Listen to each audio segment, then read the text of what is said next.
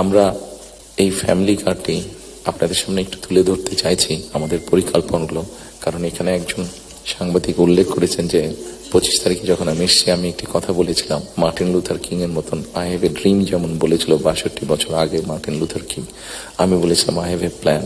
সেই প্ল্যানের মধ্যে একটি অংশ আছে বাংলাদেশের যে হাফ পপুলেশন নারী তাদেরকে ঘিরে, এবং সেটি হচ্ছে ফ্যামিলি কার্ড।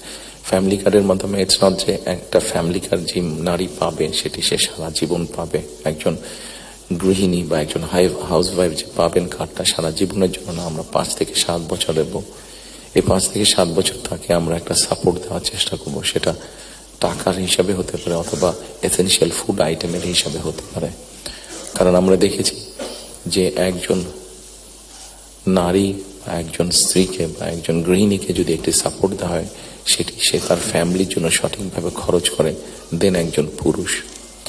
এবং আমরা রিসার্চ দেখেছি যে যদি 5 থেকে 7 বছর দেওয়া যায় তাহলে সে যেই অর্থটা তার হাতে জমা হয় সে মূলত 3টি কাজে খরচ করে। প্রথমত তার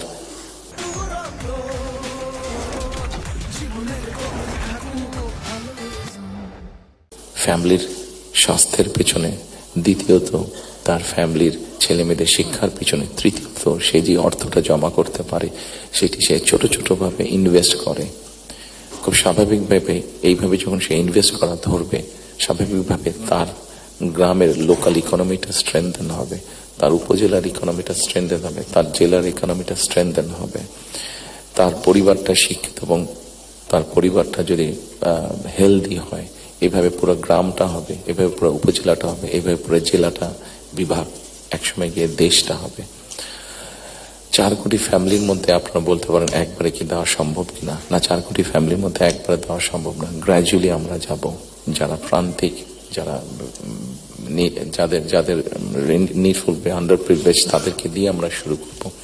এই কার্ডটি আমরা, আপনারা জিজ্ঞেস করতে পারেন হয়তো কার্ডটি কাদেরকে দেবেন। আমরা কার্ডটি জেনারেল রেখেছি, ইউনিভার্সাল রেখেছি, কারণ আমরা অতীতে দেখি যে বিভিন্ন সময় বিভিন্ন সোশ্যাল সেফটি নেটওয়ার্কের আওতায় যাদেরকে নিয়ে আসা বিভিন্ন ক্যাটাগরি করা হয় এবং সেখানে কারাপশন দেখা দেয়।